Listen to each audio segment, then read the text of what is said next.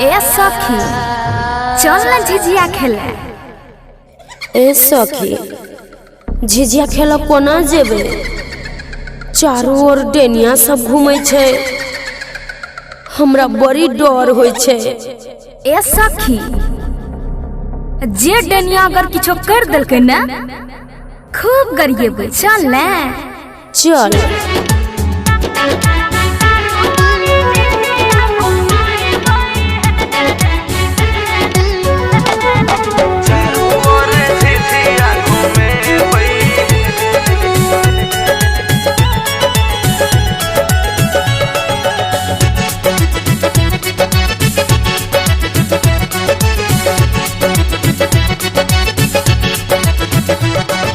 झिझिया खेले चलू है सखी बड़ा मासा थाना, चारों ओर झिझिया घुमाई है। झिझिया खेले चलू है सखी बरहम आसा थाना मा, चारों ओर झिझिया घूमे बई है।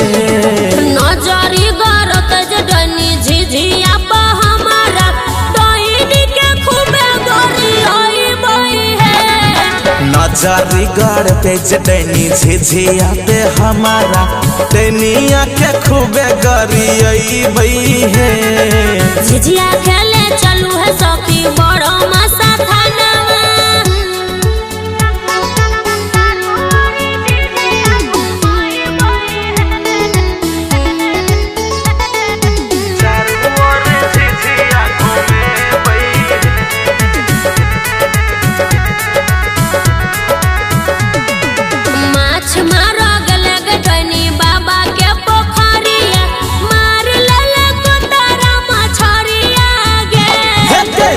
मारा गेले गटनी बाबा के पोखरिया, मार ले ले कोतारा मछरिया गे।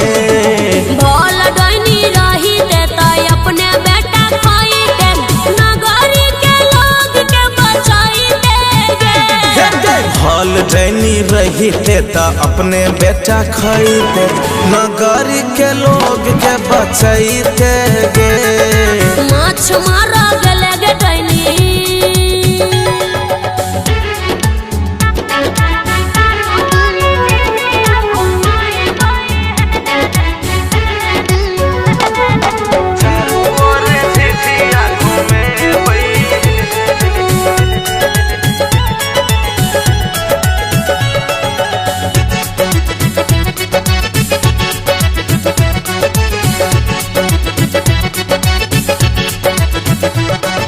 बीचे चौराहा पकिया के लही तू टोटरम, लाज तोरा तना कोना लगलौगे।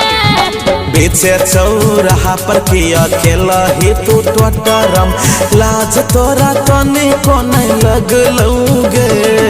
चढ़ते दसई तू त भेले घर घुमनी, नजरी नहीं के करो लगबी हैगे।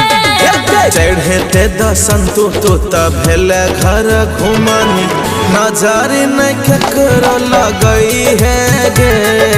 बीचे चौराहा